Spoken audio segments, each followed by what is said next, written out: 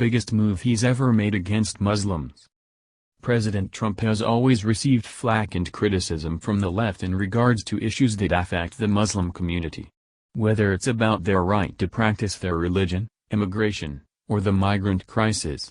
Now, people will have even more to complain about after his recent suggestion regarding the Israel-Palestine conflict. The Trump administration is going on a budget-slashing campaign. They have already announced their intention to decrease the amount of money distributed to the United Nations. Now they will be slashing the Palestinian Refugee Agency, which the administration feels promotes anti-Israel sentiment. President Trump has always received flack and criticism from the left in regards to issues that affect the Muslim community. Whether it's about their right to practice their religion, immigration, or the migrant crisis. Now, people will have even more to complain about after his recent suggestion regarding the Israel-Palestine conflict. The Trump administration is going on a budget-slashing campaign. They have already announced their intention to decrease the amount of money distributed to the United Nations. Now they will be slashing the Palestinian Refugee Agency, which the administration feels promotes anti-Israel sentiment. The president is eager to pull funding for organizations that he feels do not promote American interests or protect American interests. This is something the president warned the member states of prior to their passing a United Nations resolution last month which condemned the administration's decision to move their embassy to Jerusalem. The Daily Mail reported, "They take hundreds of millions of dollars and even billions of dollars, then vote against us. Well, we're watching those votes," he said. "Let them vote against us, we'll save a lot. We don't care." The attention is turning now to the United Nations Relief and Works Agency, which provides funding to Palestinian refugees.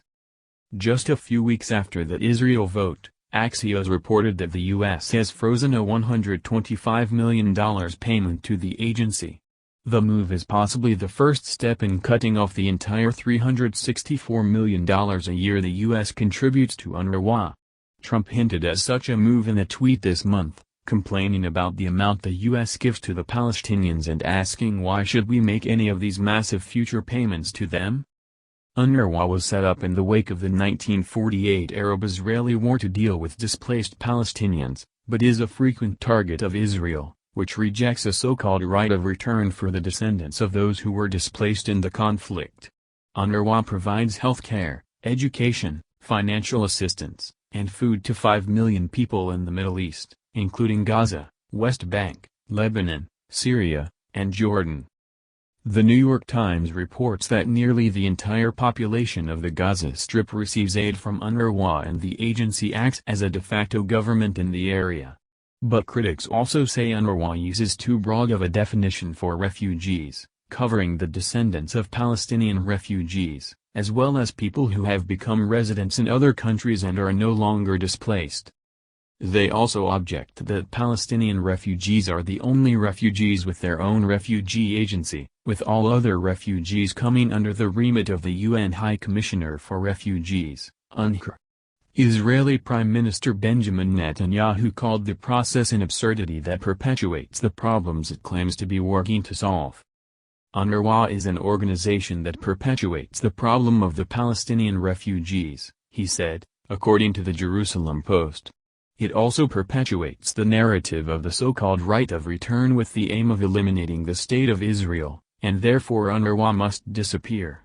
The Washington Post reported Wednesday that the Trump administration is split on how to proceed, with UN Ambassador Nikki Haley arguing for a full funding cut, while State and Defense Department officials argue for at least partial funding of the agency.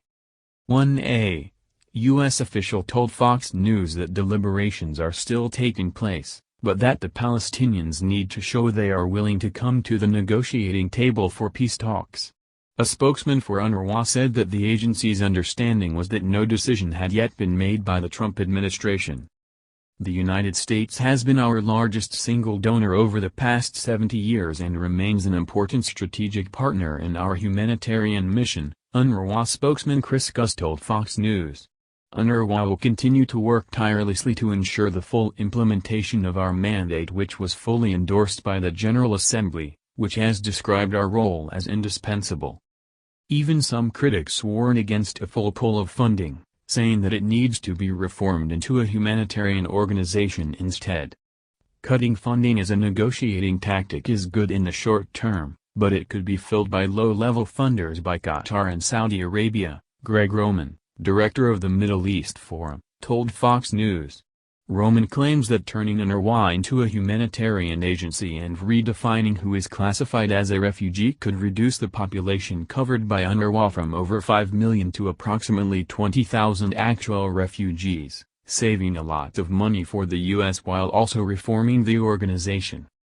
What I'm afraid of is that if there is a complete withdrawal, you lose the ability to reform the agency from within and it becomes more despotic than it is, he said. A senior Israeli official told Axios that Israel prefers a gradual disengagement with UNRWA by the U.S. instead of a big funding cut. Such reform, however, would likely require backing from other countries and top-level officials at the UN itself. Such backing, particularly after significant objection to the U.S. decision to declare Jerusalem as Israel's capital, seems unlikely. A spokesman for UN Secretary-General Antonio Guterres described UNRWA as a stabilizing presence in the region, and urged instead for efforts to focus on peace talks from both sides of a conflict. What perpetuates the refugee crisis is the failure of the parties to deal with the issue, spokesman Stefan Dujarric said. This needs to be resolved by the parties to the conflict in the context of peace talks, based on UN resolutions and international law, and requires the active engagement by the international community. The administration's actions should not be shocking. Israel was the first stop on the president's Middle Eastern trip when he first came to office and conducted his first overseas trip, indicating the close relationship between the two countries and the eagerness of both countries to work alongside one another and promote each other's interests. The Palestinian Authority, however, has had an acrimonious relationship with the United States, making it so that it would be weird if the president were to support or continue excessive funding for a country that promotes policies that aren't conducive to success for the United States. Share if you agree with President Trump cutting United Nations funding as well as funding to the Palestinian Authority.